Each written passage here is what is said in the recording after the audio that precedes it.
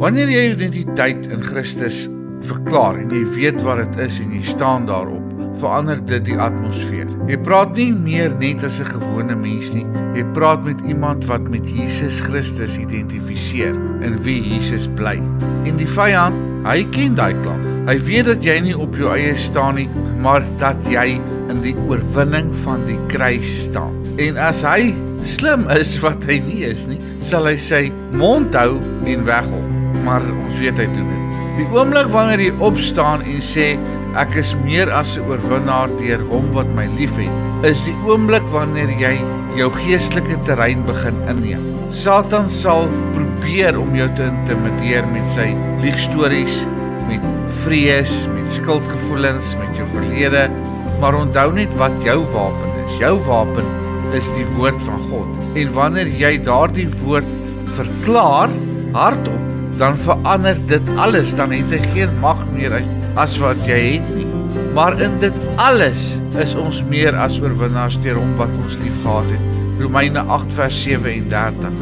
As ek en jy elke dag die manier wat ons dink en ons mond volmaak van die waarheid van God se liefde, dat ons vergewe is, dat ons nie meer 'n verlede het, dat ons genees is, dat ons onder God se beskerming is en dit volkome aanvaar in Christus, dan is daar geen plek vir die vyand se stem in jou lewe nie, dan het hy geen verdere invloed op my en op jou nie.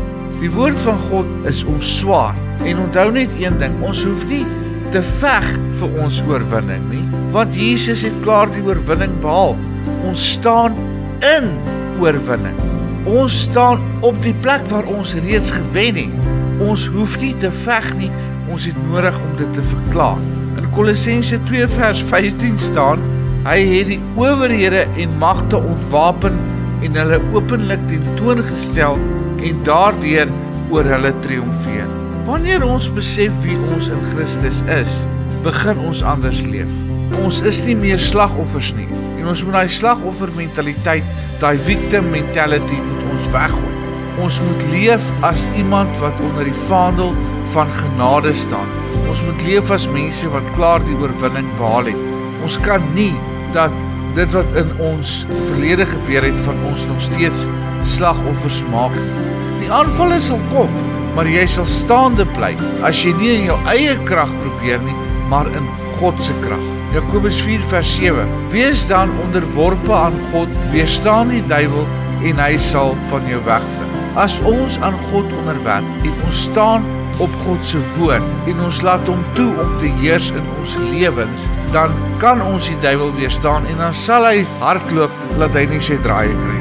Jy is nie net 'n kind van God nie, jy is sy verteenwoordiger op aarde. En die duiwel het geen wettige houvas op jou nie. Hy wil nie ons moet teruggaan na die wet toe. Dis hoekom daar bewegings is wat probeer laat mense teruggaan na al daai wette en regulasies toe. Maar die waarheid is ons anker. Christus is ons fondasie. Christus is die rede hoekom ons kan opstaan teen Satan.